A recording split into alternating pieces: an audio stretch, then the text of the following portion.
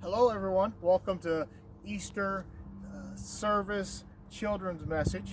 I'm standing out in the middle, not the middle, at the edge of Woodland Cemetery here in Quincy at the City Vault.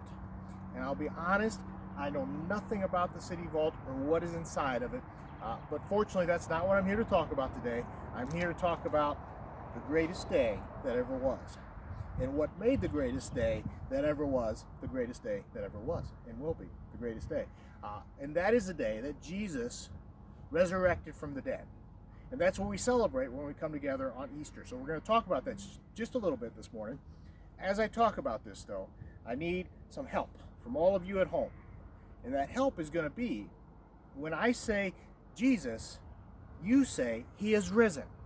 Now, my partner in marriage, Carrie, is recording this. She's at the phone, at the camera, and so she is going to help us, hopefully, and be part of this. He is risen as well. So we're going to practice it right now. When I say Jesus, he is risen. He is risen. Yes. Now, Carrie, I don't know if you can lift the phone or not. That might throw things out of whack. But let's stay enthused. But make sure we don't punch anybody that might be around us. All right. So, what took place, and most of us will remember this or know this, but on Friday, we remember Good Friday. That is the day that Jesus, he is risen. Thank you. He sacrificed himself on the cross for all of us, so that we can live on, right? So, what took place though? There are people after Jesus, he is risen, had died and had been laid in the tomb. There were people who didn't believe in who Jesus said he was. He is risen. But they did know that what Jesus, he is risen, had said before all of this was that on the third day, Jesus, he is risen, that he would rise from the dead. And so these people didn't want anything to do with that happening or somebody coming and making it look like that was going to happen. So what they did, we're going to imagine that this is the tomb that Jesus had been laid in. They took this huge rock. I don't even know how big the boulder would have had to be. And they rolled it in front of the tomb to seal it. I have no idea how they even got it there or how many people it would take to do such a thing. But they did that. They sealed the tomb up, and then that wasn't enough. It was, by the way, sealed by the government as well. Like, don't mess with this. But they also had soldiers that stood guard. So it'd be like if our army guys, we had them standing guard here at the tomb to make sure that Jesus stayed put. Jesus would be right where he was supposed to be and nobody would mess with that. So then Easter morning comes, that Sunday morning, when the two women came, both named Mary, and they're coming to pay homage and to give their love and tribute to Jesus, even though he's died. He's risen. Good catch, Carrie. And so they're coming, and what happens is as they come, the earth shakes. We could probably do that at home too. The earth shakes, and it's like an earthquake, but what it really is God shaking the earth to roll this huge stone away from the grave. And then what the Bible tells us, we can find all this in Matthew, chapters 27 and 28, or 26 and 27. I don't know, one of them. An angel appears on this big old rock that's been pushed away, and the Bible tells us it's like lightning.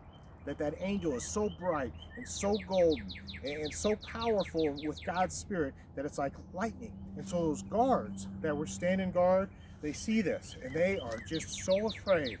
The Bible tells us it's like they're dead. They're just that afraid of what's going on. And so what the angel says to the Marys is they say, "You've come to see the crucified Jesus." He is risen. Yes, that's what the angel says. He says, "You're coming to see this, but here's the good news: is that Jesus, he is risen. Is risen." Yes, and so both Marys, they come, and the angel says, "Take a look, and you can see this. You can see that Jesus, he is risen, is no longer here because he is risen." And that's what we celebrate on Easter, and all that means for us. And it means that we're forgiven. It means that we have a relationship with God, that Jesus, he is risen, is always working on. He's always there with us. What we can also take from this story is that there will be problems in our life, and it's just bound to happen.